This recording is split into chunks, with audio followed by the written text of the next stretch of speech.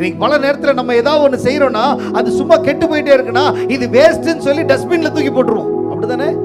இது வேஸ்ட், இது ஆகாதுன்னு சொல்லி குப்பைக்கு போட்டுருவோம். ஏதாவது ஒரு வாட்டர் மிஷினே இருக்குதுன்னு வைங்களேன், அது செட் ஆகலைன்னா உடனே தூக்கி எங்க தூக்கி போட்டுரும். ஏதாவது வண்டியே இருக்குன்னு வைங்களேன், செட் ஆகலாம் தூக்கி குப்பையில போட்டு கையிலங்கடைக்கு போட்டு முடிஞ்சு போச்சு கதை அப்படின்னு சொல்லுவோம். ஆனா இந்த இடத்துல இந்த குயவன் என்ன செய்யறாரு, அழகா பானையை செய்யறாரு, செஞ்சுக்கிட்டே இருக்கும்போது கெட்டு போயிடுது, திருப்பி வச்சிருக்காரு, திருப்பி செஞ்சுக்கிட்டே இருக்காரு, கெட்டு போயிடுது இல்லையா, திருப்பி செய்யறாரு, மறுபடியும் அதே மண்ணை தான் பயன்படுத்துறாரு. இது எதை குறிக்குதுன்னா, நம்முடைய வாழ்க்கையில கூட ஆண்டவர் என்ன செய்தார், ஆதாம் ஏவாளை உருவாக்கி அவங்க கெட்டு போயிட்டாங்கன்னு சொல்லி திருப்பி என்ன செய்யல, மண்ணுக்குள்ள போயிடு, நான் திருப்பி ஒரு மண் எடுக்கிறேன், திருப்பி ஒரு மகன் எடுக்கிறேன், திருப்பி ஒரு மனுஷனை செய்ய போறேன் அப்படி செஞ்சாரா? இல்ல.